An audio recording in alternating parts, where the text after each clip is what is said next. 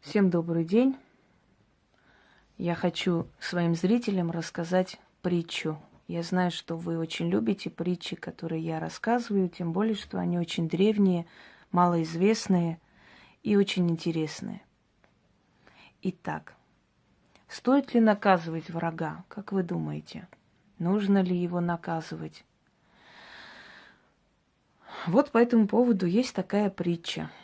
Жил в Каире один человек, очень верующий, очень набожный Мустафа. И вот Мустафа все время ходил в мечеть, молился Аллаху и верил, что все зло на этой земле будет наказано именно Богом-Создателем. У него была жена. Жена была не очень целомудренная, не набожна. Но Мустафа молился за нее и ждал, пока жена одумается, пока она сама станет верить в то, что всемогущество Бога есть самая великая истина. И вот так они прожили много лет. И был у них сын взрослый.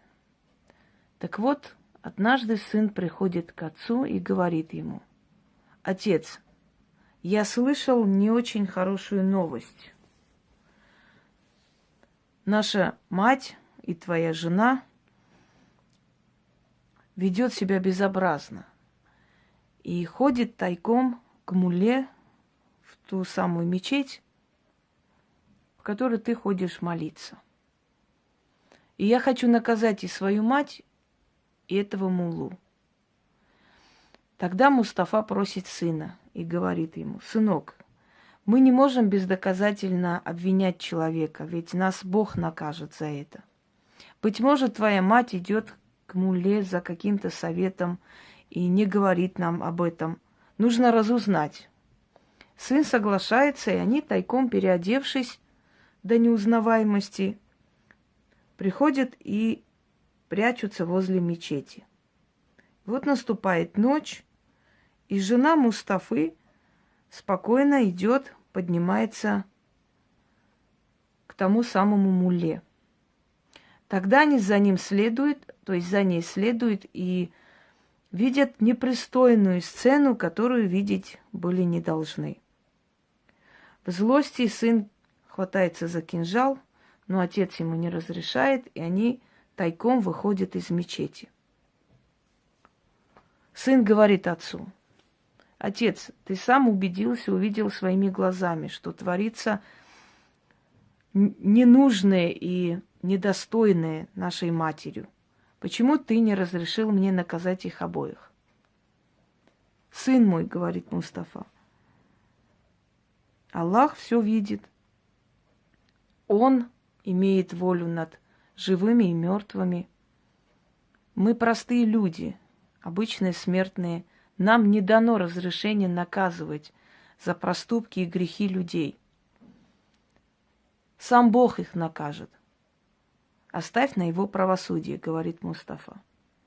Сын хоть и не хотел соглашаться, но деваться было некуда. Из уважения к своему отцу он смолчал. И вот так, постоянно следя за матерью, он видел, как та уходит к этому мулле, поддается бесстыдству, возвращается, как ни в чем не бывало. Проходят месяцы. В конце концов, сын не выдерживает, подходит к отцу и говорит: «Я не знаю, как ты, отец, но я хочу наказать их. Я больше не буду на это безобразие смотреть». Мустафа начинает молить сына вновь. Мол, сын мой, поверь мне, я знаю, что у Бога великая сила, он обязательно их накажет. Видя, что с отцом говорить бесполезно, сын Мустафы отворачивается, уходит и больше с этим вопросом к нему не подходит.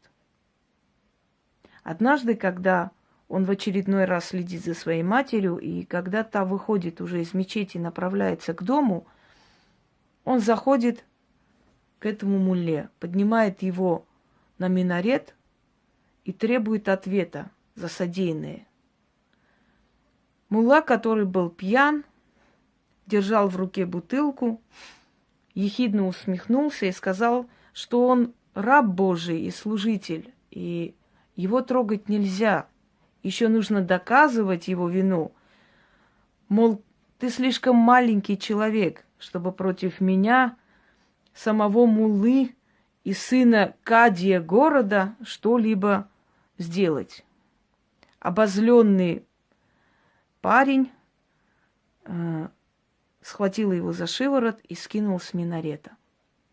Упал мулла с минарета прямо на тротуар, разбился вместе со своей бутылкой вина. Естественно, он оттуда сбегает. И вот до утра еще никто не видит умершего муллу, а вот утром народ собирается, начинает кричать, причитать, мол, люди, что творится, раба Божьего, самого служителя мечети, муллу, скинули, убили. И тут, когда подходят поближе, они видят, что у него в руках разбитая бутылка вина. И народ начинает понимать, что, видимо, он сам упал. Наверняка он упал, был пьян. И вот, качая головой, начинает причитать, мол, как не стыдно, какой срам и позор перед Аллахом, как же так возможно? Он пьяный упал, люди добрые, так он же пил, а это же грех, так значит, Аллах его сам и наказал. Вот он пьяный склонился, видимо, с минарета и упал оттуда. Вот туда ему и дорога. И народ начал причитать, начал его проклинать. И одним словом, все были уверены, что мулла сам упал, разбился, потому что был пьян, потому что вел непотребную жизнь, и вот сам Всевышний его наказал. В этот момент подходит Мустафа к площади и видит эту толпу людей, видит причитание женщин, проклятие, направленные к покойному. Начинает интересоваться, что же случилось. Ему говорят, мол, представь себе, брат мой, оказывается, наш мулла был пьяницей и развратник. И он пьяный поднялся на минарет и оттуда упал. Сам Аллах его наказал за непотребности. Вай, бьет себя по голове Мустафа. Видите, что творится? Я же говорил, говорит он сыну, что Аллах однажды его накажет сам, а ты мне не верил. Ты прав, отец, говорит сын ему. Ты прав, сам Всевышний его наказал. Ну вот, я немного помог. О чем говорит эта притча? Эта притча говорит о том, что не нужно сидеть и ждать суда Божьего. Если вам сделали зло, накажите этого человека. Естественно, не надо его скидывать с минарета, потому что за это потом самим придется отвечать. Но если вы можете наказать этого человека, чтобы ему было неповадно, чтобы он в следующий раз этого не сделал, то помогите Всевышнему наказать вашими руками того, кто достоин этого наказания. Потому что, скорее всего, этот суд будет твориться именно вашими руками через вас. И пусть эта притча служит вам в назидание. Если человек повел с вами себя нагло, накажите его, лишите его помощи, больше не помогайте. Это будет его наказание. Если ваш любимый человек вам изменил, накажите его, уйдите с его жизни, пусть он обойдется без вас. Если ваш друг поступил подло, накажите его, покажите, как бывает за подлость. Накажите. Конечно, их накажет Всевышний, уверяю вас, но вы немного помогите. Совсем чуть-чуть. Всем удачи.